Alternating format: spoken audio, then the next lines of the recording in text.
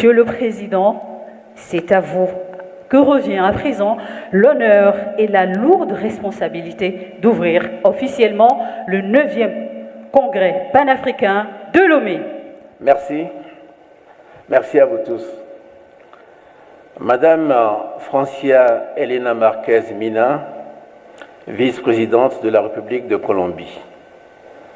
Monsieur le Président de l'Assemblée nationale, Monsieur le Président du Sénat, Mesdames et Messieurs les présidents des institutions de la République, Mesdames et Messieurs les ministres des pays du continent et des Caraïbes, Mesdames et Messieurs les membres du gouvernement togolais, Madame la Présidente du Parlement de la CEDEAO, honorables députés à l'Assemblée nationale, Monsieur le représentant du Président de la Commission de l'Union africaine, Madame la gouverneure du district autonome du Grand Lomé, Mesdames et Messieurs les chefs de mission diplomatiques et consulaires, ainsi que les représentants des organisations internationales accréditées au Togo.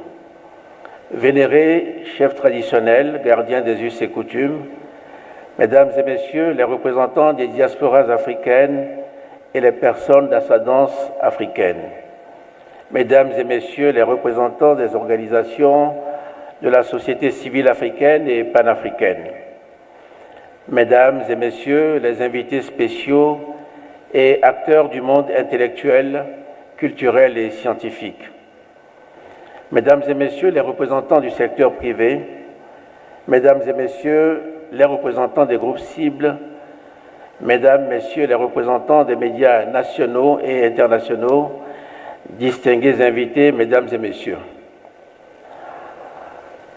Pendant des siècles, nos peuples ont été dispersés, réduits au silence, orphelins de leur propre voix dans le concert des nations.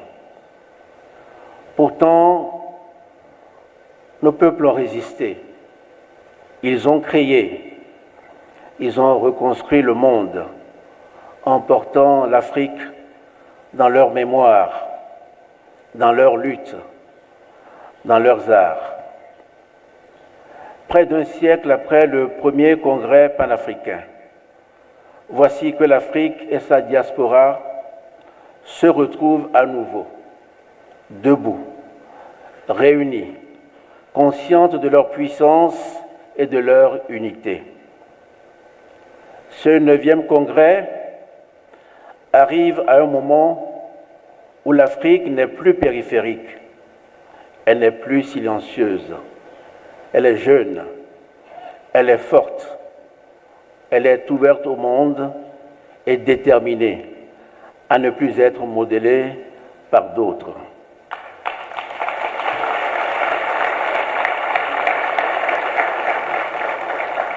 Ce 9e congrès n'est donc pas une commémoration, c'est une réaffirmation, c'est une reconquête, c'est un tournant. Car jamais, jamais depuis les indépendances, notre destin collectif n'a été autant entre nos mains. Jamais notre voix n'a été autant attendue. Jamais nos choix n'ont eu autant de résonance dans le monde. Je vous souhaite donc à toutes et à tous la bienvenue à Lomé, un lieu d'ancrage, de mémoire et de projection. Un lieu où l'Afrique parle pour elle-même et décide d'elle-même pleinement. Pour ouvrir ce rendez-vous avec nous-mêmes et avec notre avenir, je voudrais partager avec vous 5 observations. Ma première observation, c'est que le renouveau panafricain est une nécessité stratégique. Car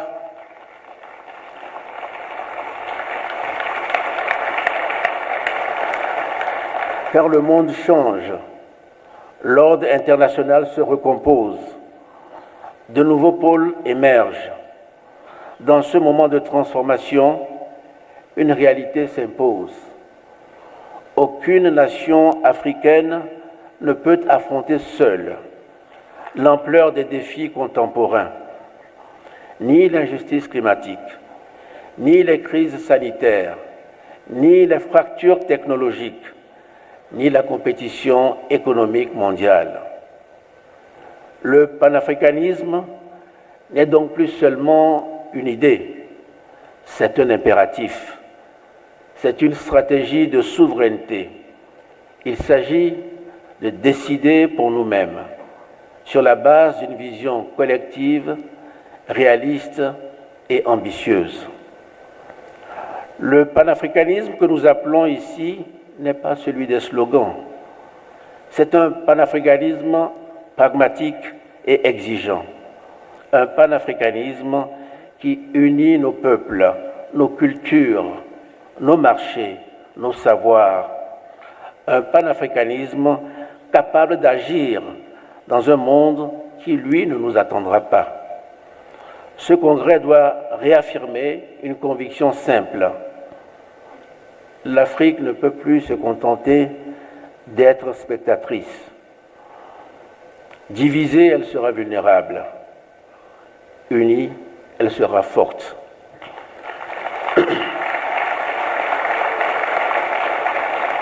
Ma deuxième observation, c'est que la réforme du multilatéralisme est aujourd'hui une exigence. C'est l'autre évidence qui surgit de l'incertitude actuelle des équilibres géopolitiques. Le monde ne peut plus être gouverné sans l'Afrique. Aujourd'hui, le Sud global s'affirme et le système international qui a été conçu sans nous a été pensé dans un monde qui aujourd'hui n'existe plus. Nos nations étaient encore sous domination coloniale. Nos peuples n'avaient pas voix au chapitre. Et aujourd'hui, un continent de 1,4 milliard d'habitants, qui représente 28% des États membres de l'ONU, et bientôt le quart de l'humanité, n'a toujours pas de siège permanent au Conseil de sécurité. Ce n'est pas une anomalie, c'est une aberration.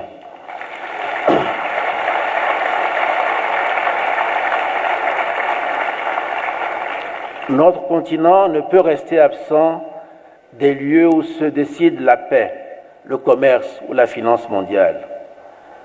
Depuis le consensus des Illuminés et la déclaration de Sirte, l'Afrique porte une position claire.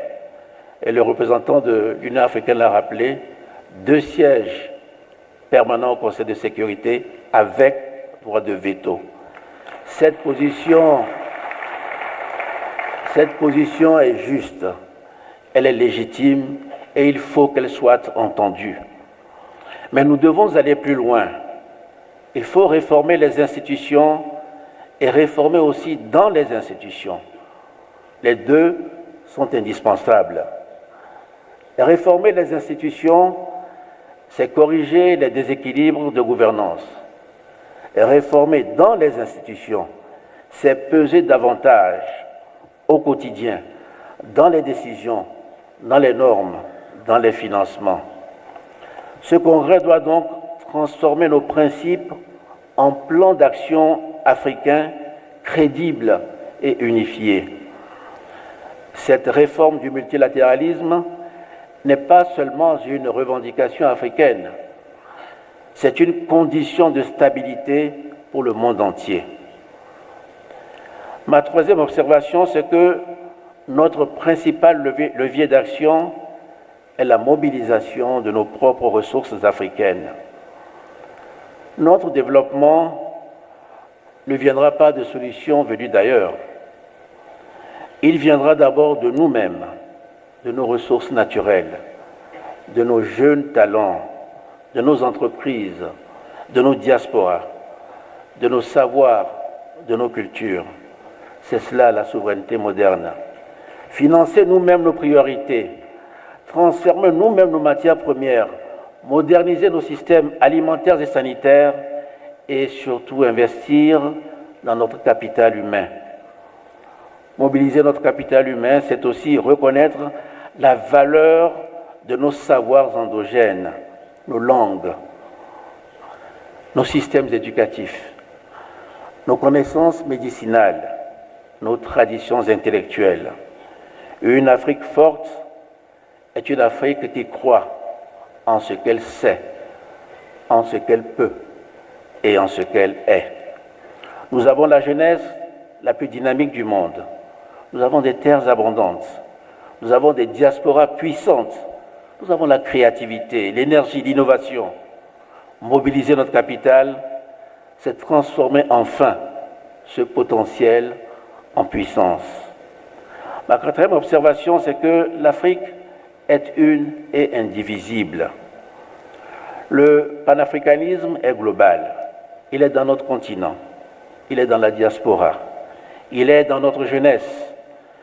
La diaspora, les afro-descendants et les jeunes sont les trois forces motrices du renouveau africain.